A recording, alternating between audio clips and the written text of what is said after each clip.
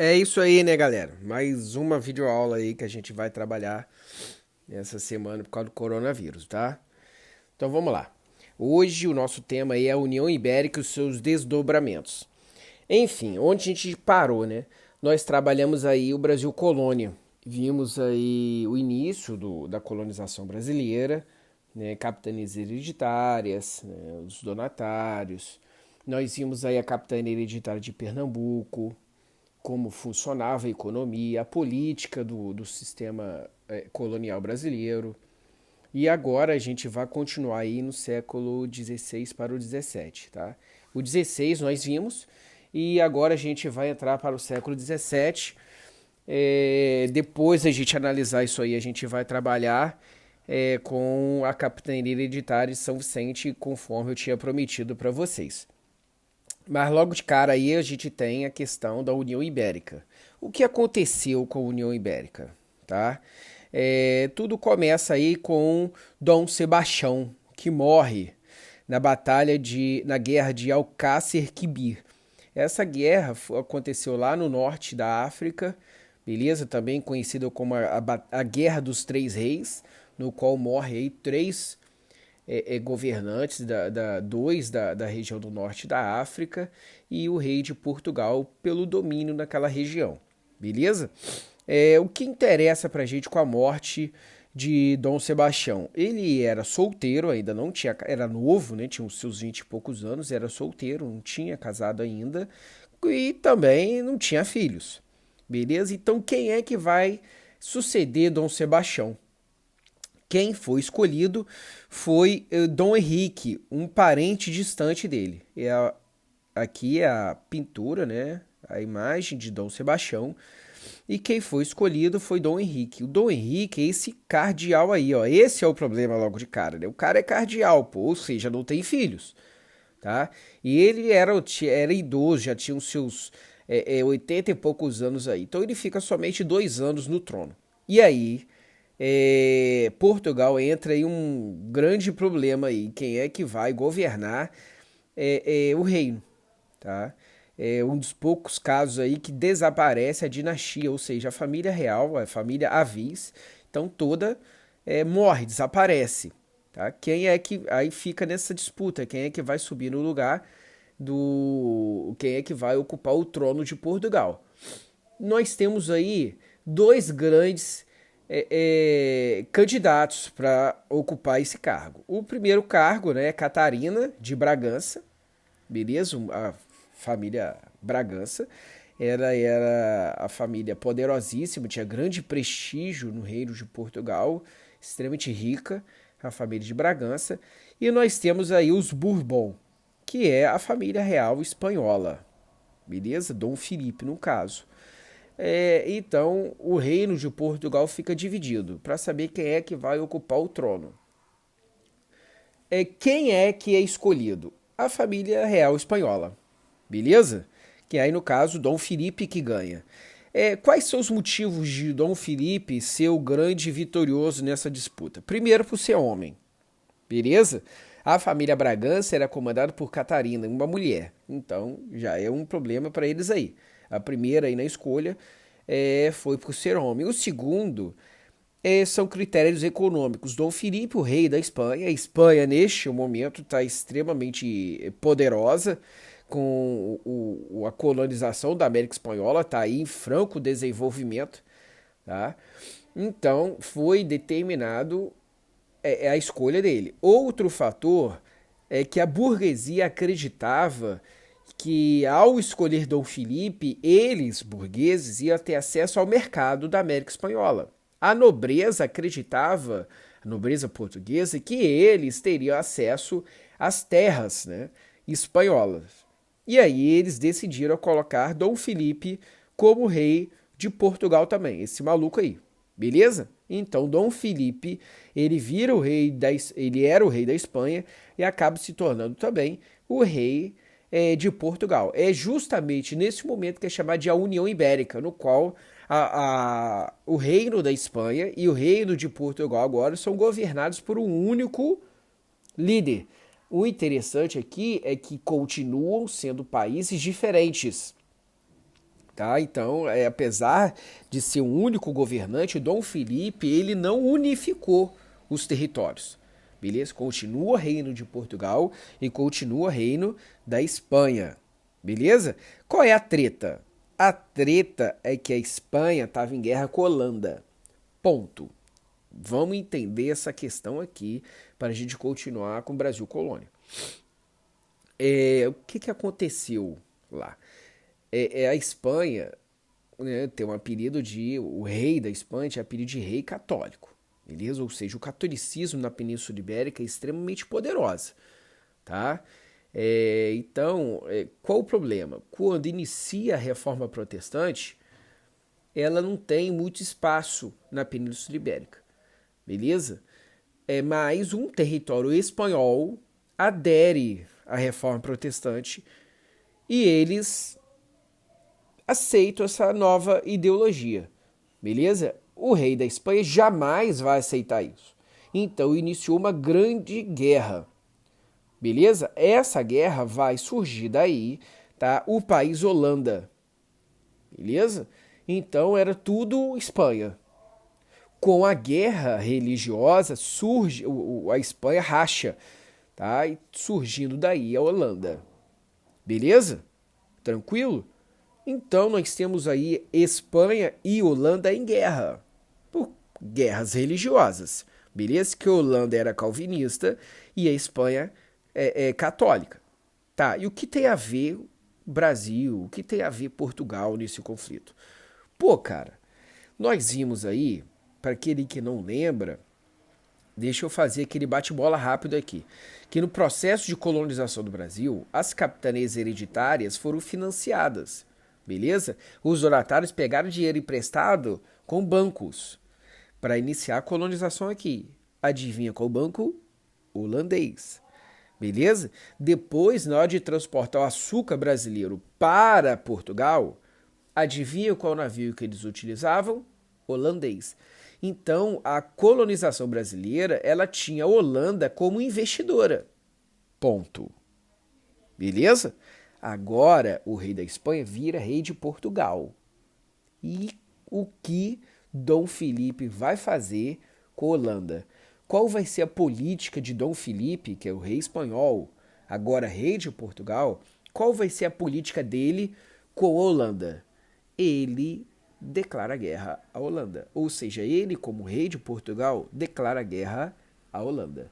Beleza? Então, Portugal, neste momento, ele entra de gaiato nessa guerra contra a Holanda. Beleza? Então, fica Portugal e Espanha de um lado e Holanda do outro. Beleza? Tranquilo nessa balandragem aí? Tá? Então, bora aí pra gente entender. Qual é a desgraça? A Holanda, quando toma essa facada de Portugal, ela se arma. O que ela vai fazer? Pô, eu vou tomar o Brasil. Já que Portugal declarou guerra, me tirou da jogada da produção açucareira lá na América, então eu vou declarar guerra. Beleza? Então eu vou invadir o Brasil. Para isso, a Holanda cria, beleza? A Companhia das Índias Ocidentais. Beleza? Que é um exército aí formado por particulares, igualzinho aconteceu aqui no Brasil. Beleza? Então vamos entender aqui, para você analisar que na política colonial tudo foi copiado. O rei de Portugal, na hora de colonizar o Brasil, ele cria os donatários, ou seja, ele privatiza a colonização. O rei espanhol, que é uma outra videoaula, mas já adiantando aí também, o rei espanhol, para colonizar a América Espanhola, ele privatiza todo o processo. E o que a Holanda faz? Eu quero tomar a colônia Brasil de Portugal. Então, o que eu vou fazer? Eu vou privatizar o processo. Então, a coroa, o governo holandês, ele cria a Companhia das Índias Ocidentais, que é uma iniciativa privada, beleza? Para tomar territórios americanos do Reino de Portugal e o Reino Espanhol, beleza? Ou seja, a Companhia das Índias Ocidentais é uma iniciativa da Holanda para tomar colônias da América, beleza? Para si. O primeiro alvo holandês foi Salvador. Beleza? Aqui, ó, resistência de Salvador. Qual é o motivo? Tá? A Holanda perde. Né? O fracasso foi ferrenho, ou seja, foi um 7-1 aí que o Brasil faz em cima da Holanda. Quais são os motivos? Primeiro, a própria geografia de Salvador. Beleza? Que é uma baía, né? A Baía de Todos os Santos. Então, conforme vocês podem olhar na gravura, tinham fortes dos dois lados da entrada da Bahia, que prejudicou o acesso dos portugueses, perdão, dos holandeses nesse território, e também a geografia da própria cidade de Salvador, que é um morro. Tá? Tanto que nós temos lá hoje o elevador Lacerda e assim por diante. Então isso daí facilitou a defesa da cidade. O segundo ponto é que Salvador era a capital, ou seja, o grande poderio militar do Reino de Portugal no território brasileiro era, obviamente, Salvador. Aí vem outra pergunta. Pô, burro ele, né? Por que ele não atacou logo Salvador? Porque isso era costume europeu. Quando você ocupa a capital, você vence a guerra.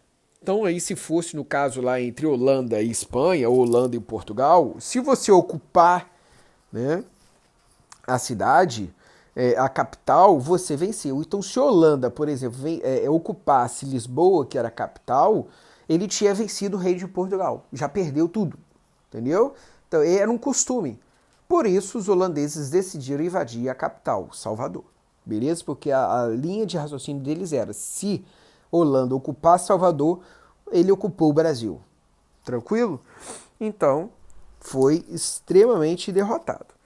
Se eles não conseguiram vencer, então, eles vão partir para o plano B. Qual seria o plano B? Eles raciocinaram. Pô, eu quero o Brasil inteiro? Não. O que eu quero do Brasil? Pernambuco. Então é simples. Eu vou invadir Pernambuco, pô. Para que eu vou para Salvador?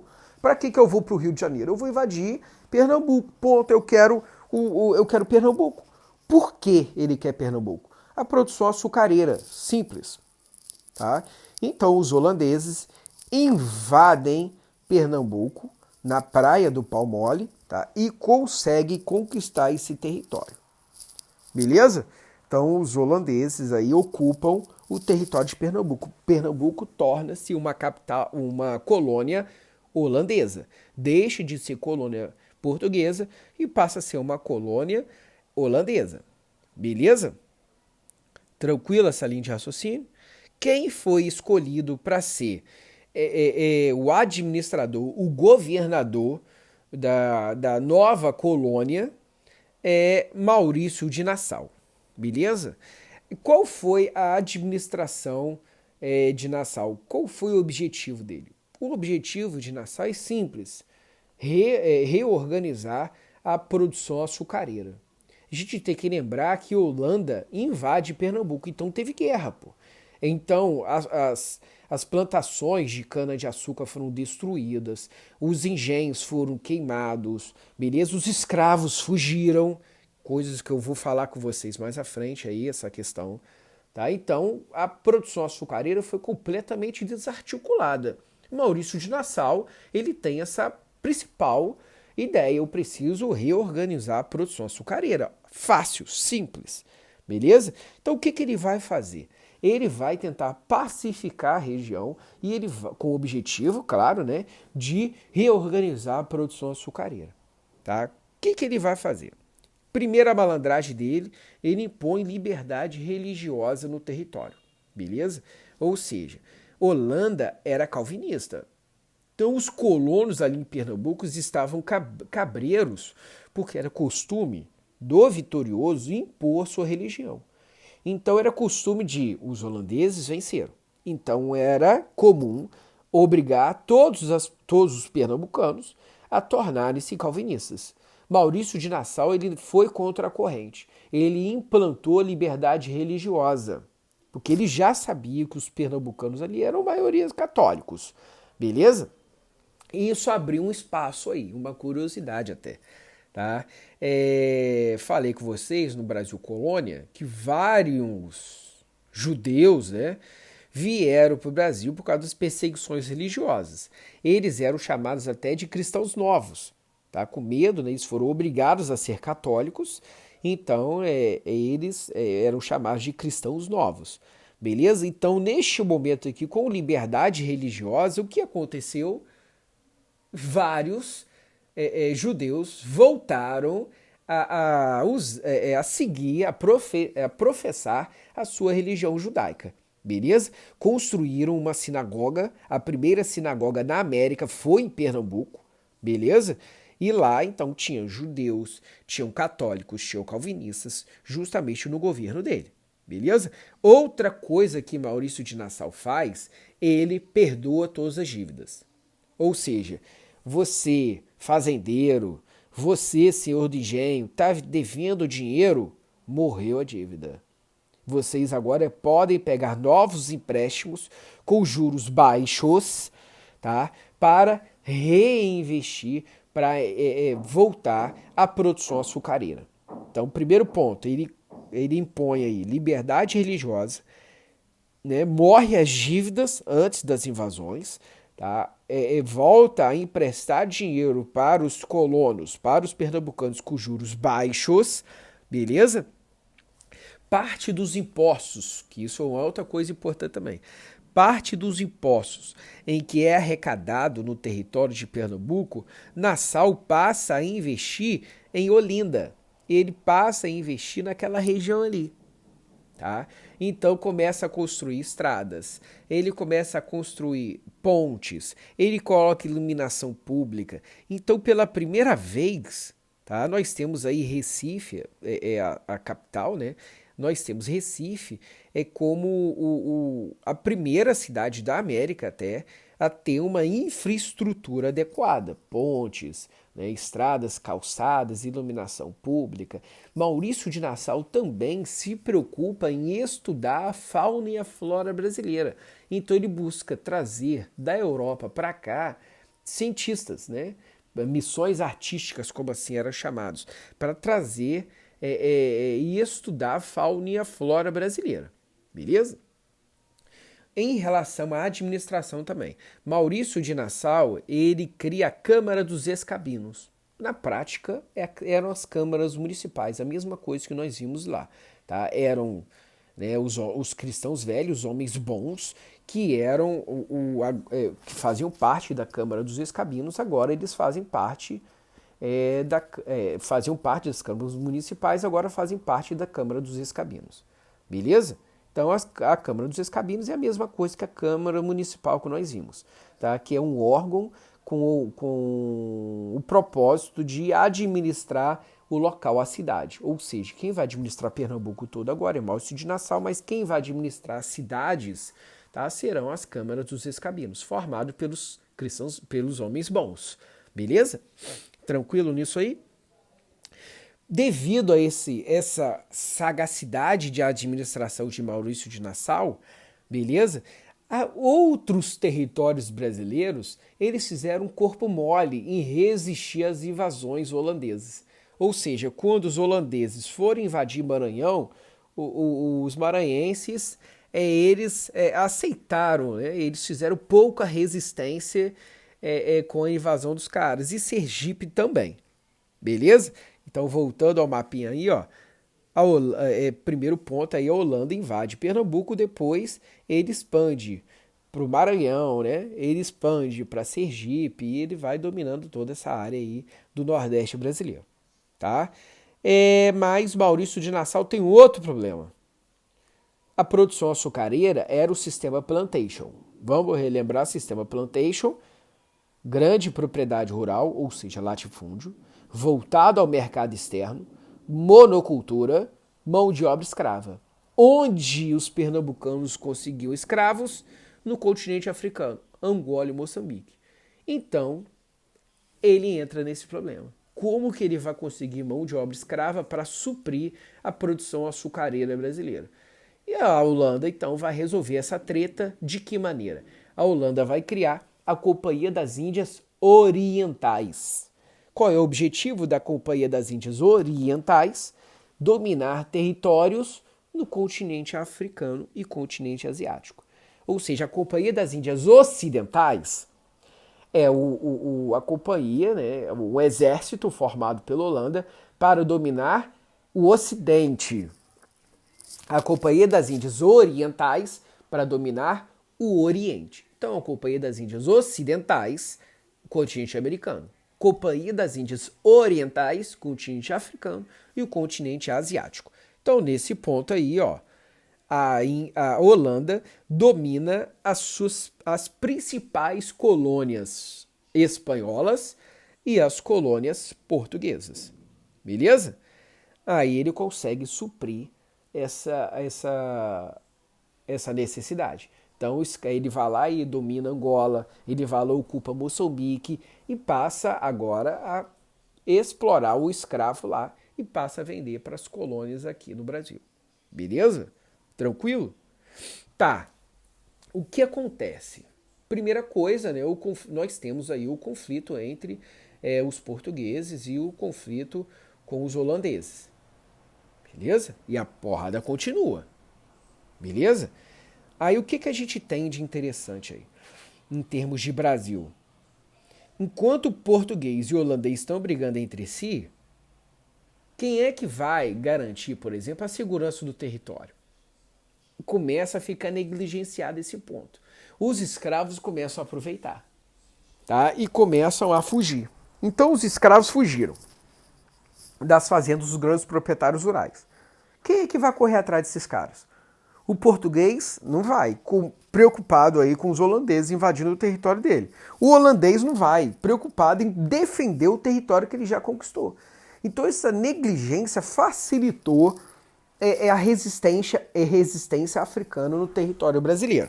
Beleza? Outra coisa é que a guerra entre Holanda, Espanha e Portugal vai se alongando. Então esses três países, esses três reinos, começam a ficar endividados. A economia desses territórios começa a enfraquecer por causa dessa guerra. Guerra gasta-se dinheiro. Tá? Então a Holanda começa a enfraquecer. Qual foi a saída da Holanda? Vou aumentar os impostos, vou aumentar a taxa de juro.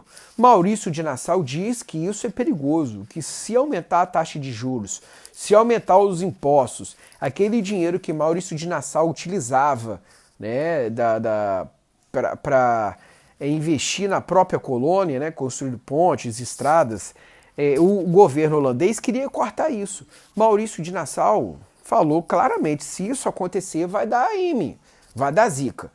Tá? E eu não vou participar disso. Se vocês quiserem fazer isso, vocês vão ter que me demitir.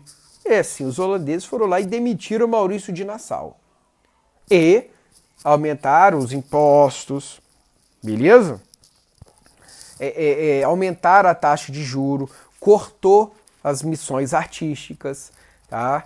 Cortou o dinheiro da infraestrutura aqui no Brasil, tá? Impôs o calvinismo, então ser judeu passa a ser proibido no território, na colônia, tá? Ser católico passa a ser proibido na colônia, e aí a vaca vai pro brejo, né?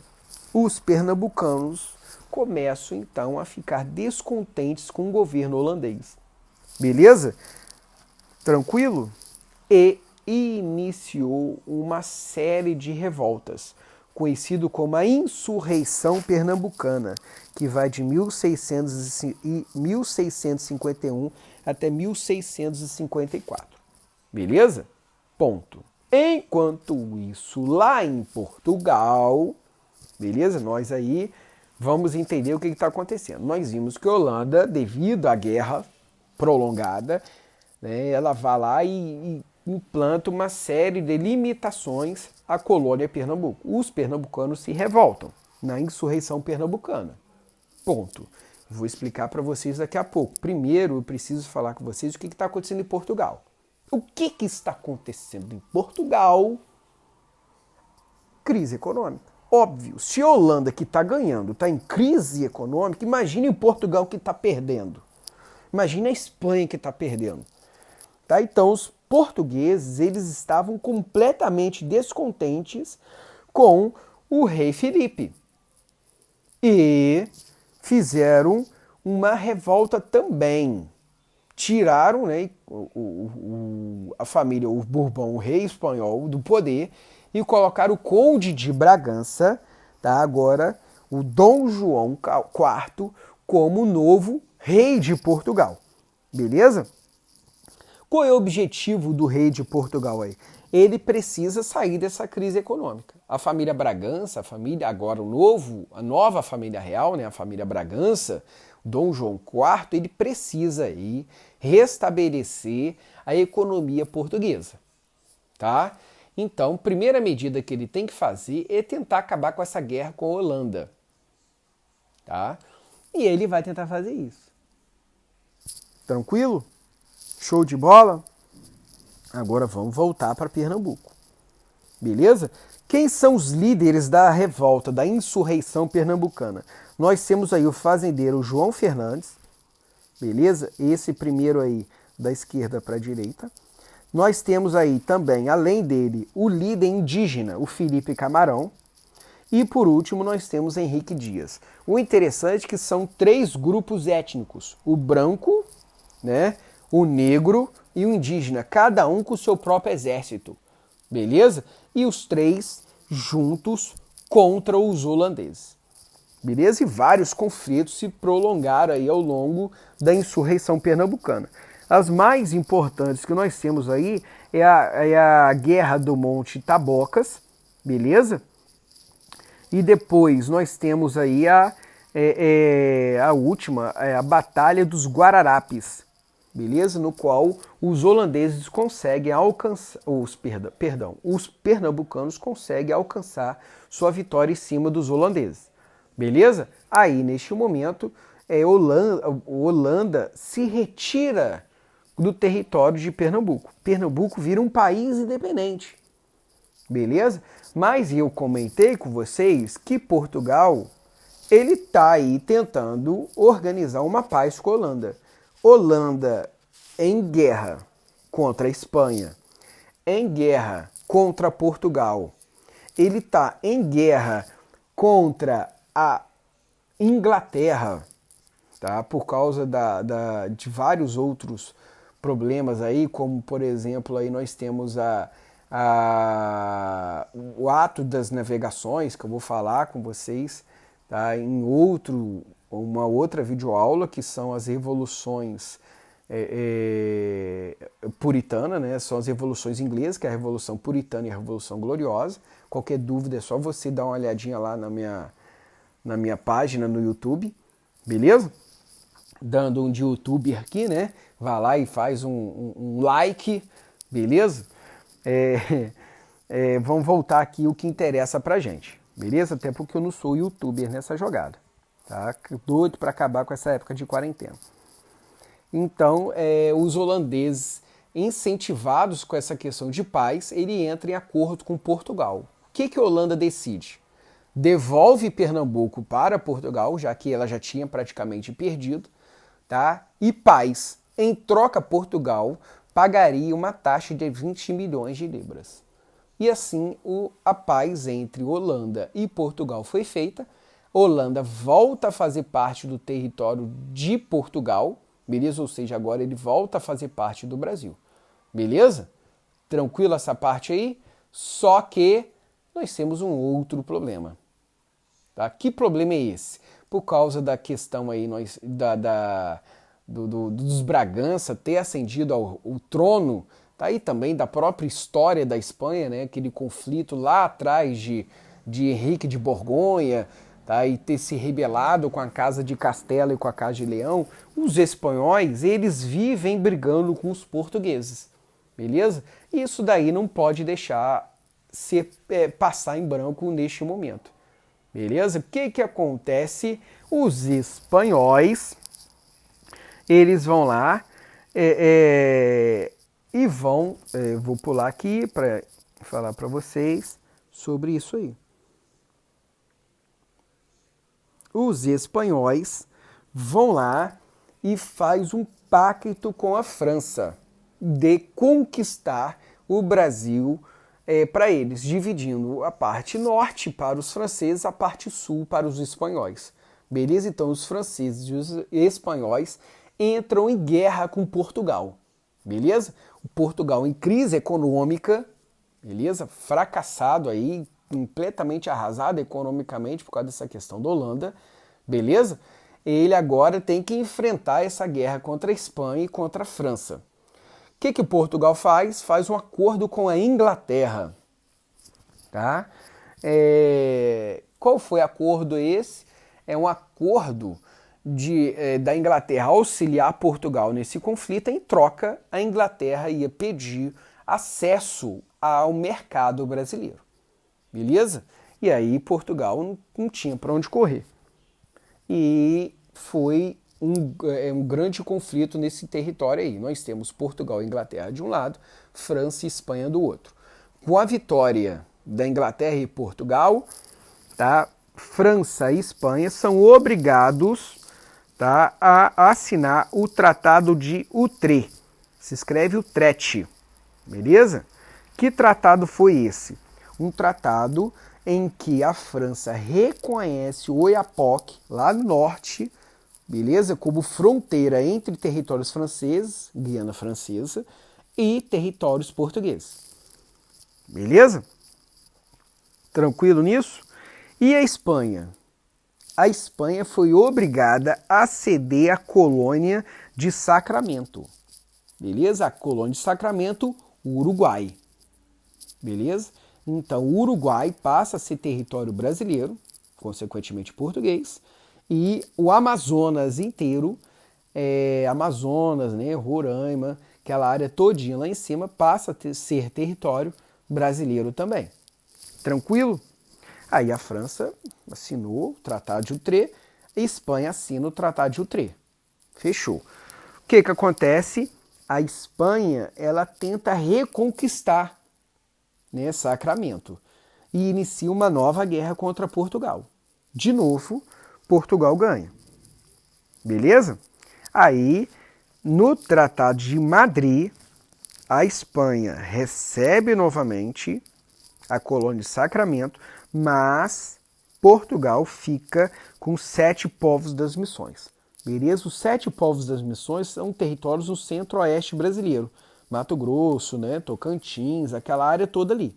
Tá? É chamado 7 povos das missões, obviamente, missões jesuíticas. Tá? Os jesuítas espanhóis é que construiu várias missões ali, pacificar os índios, né? Catequizar os indígenas, aquela coisa toda. Qual é a treta, cara? A treta é que a Espanha proibia a escravização indígena naquela área ali. Então, os 7 povos das missões, os indígenas, eles estavam salvos de qualquer processo de escravidão. Portugal, não. Então, Portugal começa a escravizar os indígenas dos 7 povos das missões. Liderado pelos padres, os indígenas se revoltaram nas famosas guerras guaraníticas, beleza? Que são os indígenas dos 7 povos das missões contra os portugueses. Aos portugueses, pô, aí você me deu um pepino, pô, um abacaxi. Eu não quero esse troço, não. Tá? Então, no Acordo do Pardo anula o Tratado de Madrid. Ou seja, a Espanha pega de volta os 7 povos das missões e pega de volta, né, a Espanha fica com os 7 povos das missões e Portugal volta com o Sacramento, que é o Uruguai. Beleza? Uma coisa interessante a gente falar aqui é que a colônia de Sacramento, o Uruguai, né, era muito importante por causa do Rio da Prata. Ó, o próprio nome, tá? Ou seja, toda a prata vindo do Peru, dessa região toda lá, ele passar pelo Rio da Prata. Quando o Reino de Portugal tem o Sacramento, a Espanha é obrigada a pagar um pedágio para o Reino de Portugal. Entendeu? Então, para Portugal é muito mais tranquilo, muito mais fácil, muito mais importante ter Sacramento. Beleza? Show de bola? Aí, claro, né? A porrada estanca entre os dois de novo. Entre Espanha e Portugal por causa do Sacramento. Beleza? Aí foi assinado o Tratado de Santo Ildefonso, no qual a Espanha fica com o Sacramento, beleza? O que acontece? O porradeiro estanca por causa de Sacramento. Tá? A Espanha, ela quer Sacramento, que está com o território português. Então a porrada estanca por causa de Sacramento. No Tratado de Santo Ildefonso, tá? A Espanha, tá? Entrega para Portugal o sul, o Rio Grande do Sul, Santa Catarina, aquela área toda lá. Mas ela fica com Sacramento. Beleza? Tranquilo nisso? Tipo assim, pô, eu vou ficar com o lado ocidental do Rio, Rio da Prata, o lado oriental fica contigo Portugal. Entendeu o macete?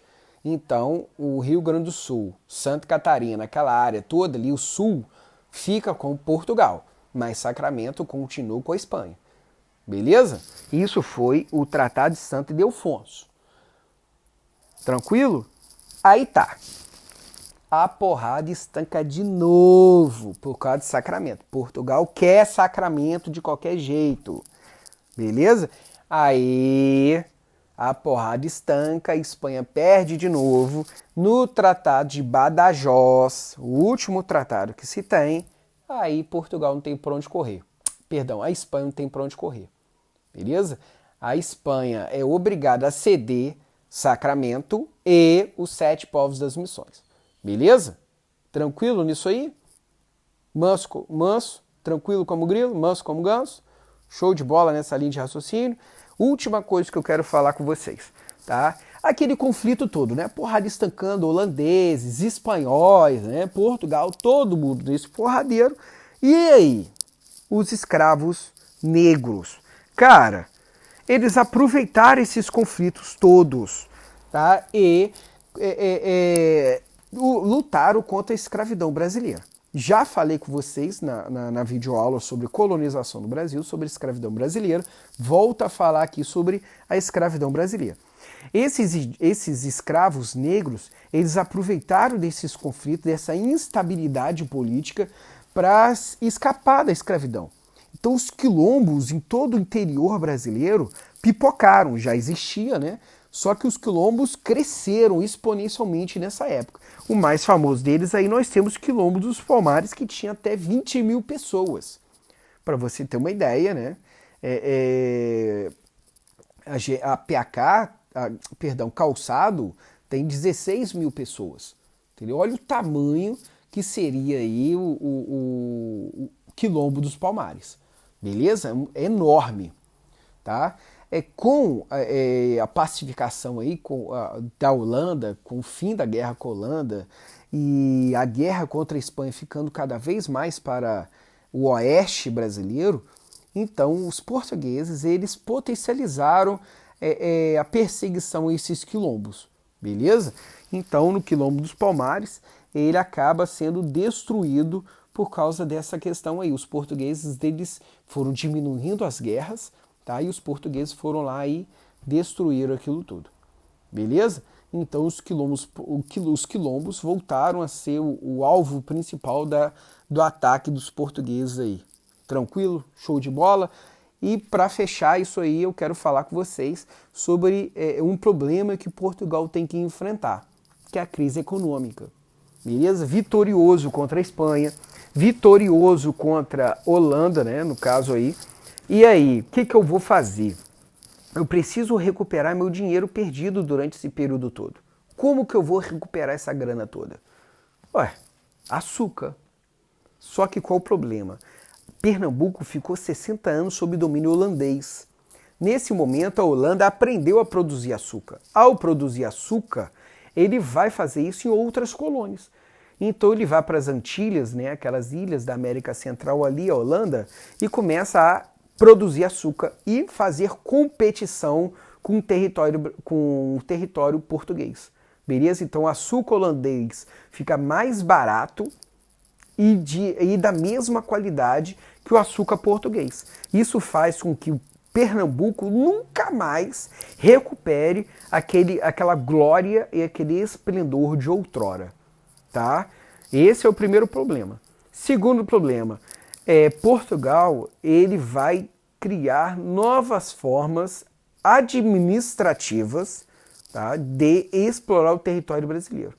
Então ele vai criar aí várias outras medidas para aumentar e intensificar a exploração do território brasileiro com vários impostos extras, maiores fiscalização para evitar desvio de dinheiro, tá? Ou seja, para você ter que pagar todos aqueles impostos. Isso começa aí a gerar vários conflitos no território brasileiro, que é outra aula que eu vou falar com vocês. Beleza? Tranquilo nisso aí? Por hoje é só. Tá? Um abraço, um beijo, um queijo para todos vocês. Valeu, tchau!